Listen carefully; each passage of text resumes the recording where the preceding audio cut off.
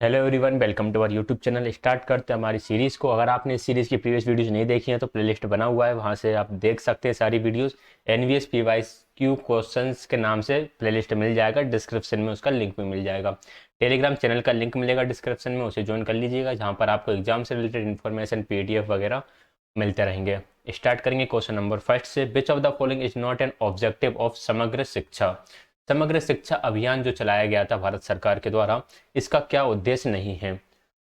To bridging economic gap among students, to provide equality education and enhance learning objectives, to ensuring equity and inclusion at all levels of school education, to support states in the implementation of right of children to free and compulsory education RT Act 2009। देखिए, अगर हम इसके उद्देश्य की बात करें तो गुणवत्तापूर्ण शिक्षा प्रदान करना, क्वालिटी एजुकेशन प्रोवाइड कराना इसका उद्देश्य बिल्कुल था। इक्विटी एंड इंक्लूजन को बढ़ावा देना, यह भी इसका उद्देश्य था, तो सेकंड भी राइट आंसर रहेगा। स्कूली शिक्षा के सभी स्तरों पर समानता और समावेशन को सुनिश्चित करना, RT एक्ट को लागू करने के लिए बल प्रदान करना या इसका समर्थन करना, यह भी इसका उद्देश्य था। लेकिन किसी प्रकार का इकोनॉमिक गैप बढ़ाना, यह इसका उद्देश्य नहीं था। राइट आंसर इसका ऑप्शन नंबर फर्स्ट हो जाएगा। क्वेश्चन नंबर सेकंड है, 4 years old Rohit is impatient about the ice cream. Ice cream के प्रति वह impatient है, मतलब उसे बिल्कुल भी धैर्य नहीं है। That is promised for tomorrow, जिसके लिए वादा किया गया था कि आपको कल मिलेगी। कुल मिलाकर रोहित से बोल दिया था कि आइसक्रीम आपको कल मिलेगी। At regular interval of time today, he inquires if tomorrow has come। अब आज के दिन हर इंटरवल या हर अंतराल पर, या कह सकते हैं कि हर घंटे में, वह यह पूछता है कि कल आ गया है क्या। Which of the following is not at developed in Rohit? तो रोहित में किसका विकास नहीं हुआ है? कुल मिलाकर बात ये कहना चाह रहा है, 4 साल का रोहित है, आइसक्रीम के लिए मचलता है, उससे बोल दिया जाता है कि कल आपको आइसक्रीम मिलेगी, लेकिन वे आज ही बार बार पूछता है कि कल आ गया क्या, कल आ गया क्या, कल आ गया क्या। तो हमें यह बताना है कि रोहित में कौन सा कॉन्सेप्ट डेवलप नहीं हुआ है। ठीक है, सोशल कॉन्सेप्ट, मेमोरी, इमेजिनेशन या टाइम कॉन्सेप्ट। तो क्लियर है, उसके अंदर टाइम कॉन्सेप्ट डेवलप नहीं हुआ। उसे नहीं पता कि कल कैसे होता है, कि रात होगी फिर दूसरा दिन होगा तब उसे हम कल बोलेंगे, तो यह कॉन्सेप्ट उसके अंदर डेवलप नहीं हुआ है। तो right answer option number fourth रहेगा। नेक्स्ट है question number third, which is the result of using the analytical method while teaching mathematics? Analytical method, जिसे हम बोलते हैं विश्लेषणात्मक पद्धति। ठीक, विश्लेषणात्मक पद्धति में होता क्या है, आपके पास होती है एक अननोन प्रॉब्लम, एक अननोन प्रॉब्लम है। अब इसको सॉल्यूशन, इस मान लो ये आपकी प्रॉब्लम है, अब इसका सॉल्यूशन फाइंड करने के लिए पहले आप इस प्रॉब्लम को ब्रेक करते हो इसके सब पार्ट्स में। सब पार्ट्स में ब्रेक करने के बाद आप हर एक पार्ट की स्टडी करते हो और फिर आप इस पूरी प्रॉब्लम को सोल्व कर देते हो। ठीक है, तो ये जो प्रॉब्लम थी वो अननोन थी, सोल्व करने के बाद ये हमारे लिए नोन हो जाती है। तो ये जो मेथड है, analytical method, promotes rote learning. Rote learning को कभी बढ़ावा नहीं देती, रटने की शिक्षा को बढ़ावा नहीं देगी। Learners become a passive listener. Learner passive listener नहीं होते, लर्नर ये कह सकते हैं एक्टिव होते हैं इसमें, और लिसनर नहीं होते क्योंकि प्रॉब्लम को सोल्व कर रहे होते हैं, ब्रेक कर रहे होते हैं, तो खुद करके सीख रहे होते हैं। Encourage memory work. Memory work को इनकरेज करने की जगह ये डाइवर्जेंट थिंकिंग को प्रमोट करती है। Leads from unknown to known facts, ये बात बिल्कुल सही है, अज्ञात से ज्ञात तथ्यों की ओर ले जाती है। तो right answer option number fourth रहेगा। नेक्स्ट है question number third, who said the following sentence about education? Education के बारे में ये स्टेटमेंट किसने दिया? By education I mean the best all round development in the body, mind and spirit of the child and man. शिक्षा के विषय में निम्न वाक्य किसने कहा है? शिक्षा से मेरा मतलब बच्चों और मनुष्यों के शरीर, मस्तिष्क और आत्मा में सर्वश्रेष्ठ सर्वांगीण विकास है। स्टेटमेंट के क्वेश्चन देखने के लिए मिल जाते हैं, कुछ जो इंपॉर्टेंट स्टेटमेंट्स रहेंगे उन्हें हम इन क्लासेस में डिस्कस कर लेंगे। अगर आप PYQs में आए हुए सारे स्टेटमेंट्स ही देख लेते हो तो हो सकता है एक आध स्टेटमेंट आपको मिल जाए। तो स्टेटमेंट विवेकानंद, रविन्द्रनाथ टैगोर, श्री अरविंदो, तीनों के द्वारा नहीं कहा गया है। ये स्टेटमेंट महात्मा गांधी से जुड़ा हुआ है। तो right answer option number fourth रहेगा। आगे बढ़ते हैं क्वेश्चन नंबर फिफ्थ की तरफ। Equal number of boys and girls receiving educational services at different levels and in different forms is an example of. समान संख्या में लड़कों और लड़कियों का विभिन्न स्तरों पर और विविध रूपों में शैक्षणिक सेवाएं प्राप्त करना एक उदाहरण है। किस प्रकार का उदाहरण है? जेंडर इन्फॉर्मेशन तो यहाँ पर बिल्कुल नहीं है।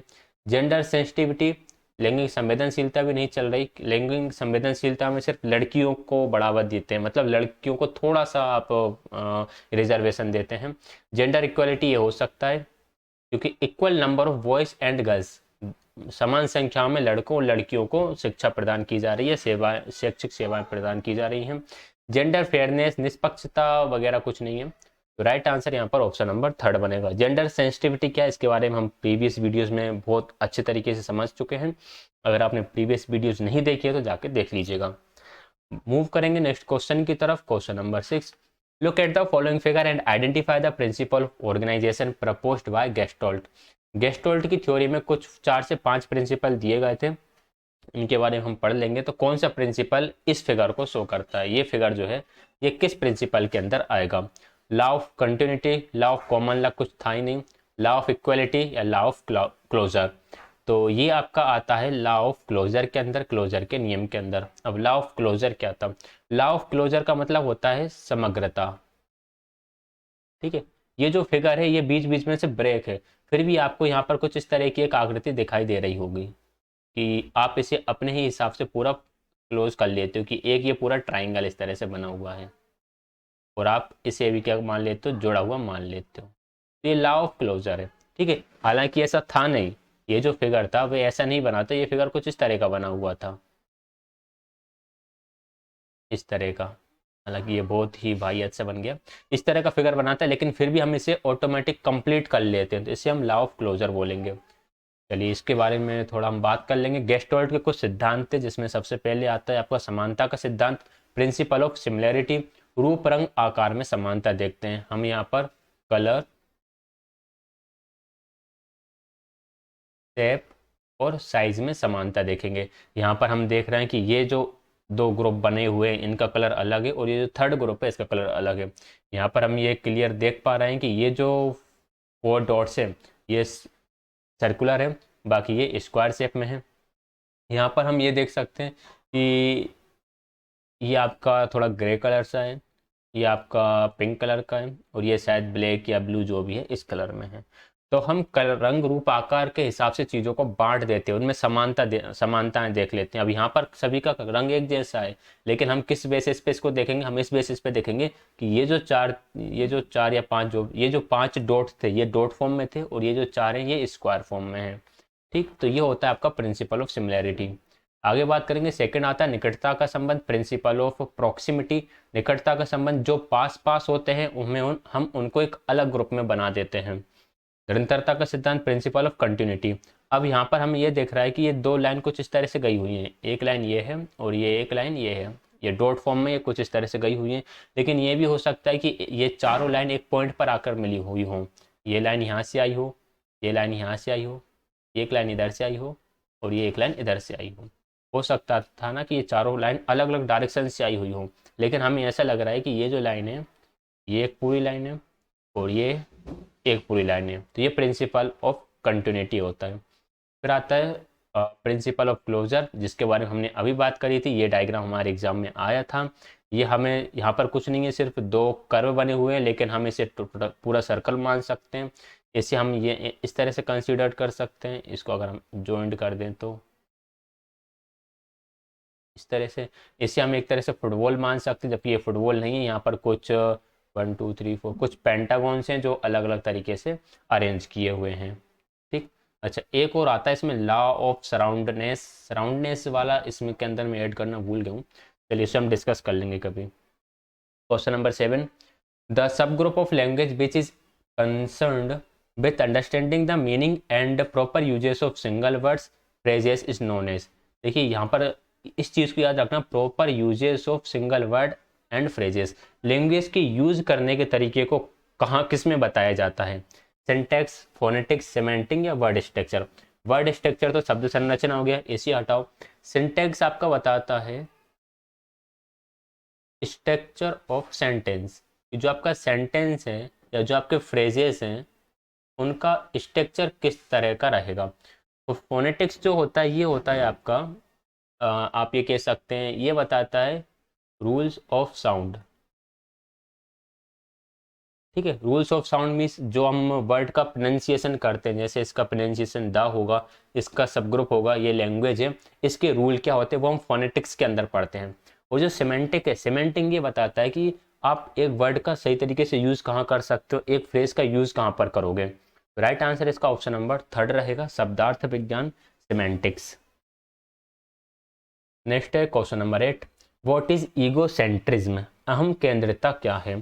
Childrens believe that their way of thinking is the only way of think, बच्चों का यह मानना कि सोचने का उनका तरीका ही सोचने का एकमात्र तरीका है। Childrens inability to see more than one dimensions और एस्पेक्ट्स ऑफ द सिचुएशंस, इसे हम बोलते हैं डिसेंट्रेशन, इसे हम डिसेंट्रेशन बोलते हैं, या हिंदी में इसे हम बोलेंगे विकेंद्रीयता। जब बच्चा क्या करे, जब बच्चा एक से ज़्यादा डायमेंशन से देख सके, यानी किसी भी चीज़ को जज करने से पहले उसके हर एक एस्पेक्ट को देख सके, डिफरेंट एस्पेक्ट्स को देख सके, तो इसे हम डिसेंट्रेशन बोलेंगे। Child's ability to think think using symbols and science, तो इसे हम बोलते हैं सिंबोलिज्म। जब बच्चे के अंदर ये एबिलिटी आ जाती है तो हम कहते हैं उसके अंदर सिंबलिज्म आ गया है। The ability refers to non living objects as if they have to properties of living things and can perform actions, बच्चों द्वारा निर्जीव वस्तु को इस प्रकार संदर्भित किया जाना जैसे कि उनमें सजीवों जैसे गुण हों, इसे बोला जाता है एनिमिज्म। एनिमिज्म को बोलेंगे हम जीववाद। इसमें बच्चे निर्जीव चीज़ों को भी सजीव की तरह ट्रीट करते हैं, जैसे कि टेबल को भी चोट लग सकती है, खिलौने वाली जो गुड़िया है उसे भी भूख लगती है, उसे भी नींद आती है, तो इस प्रकार के।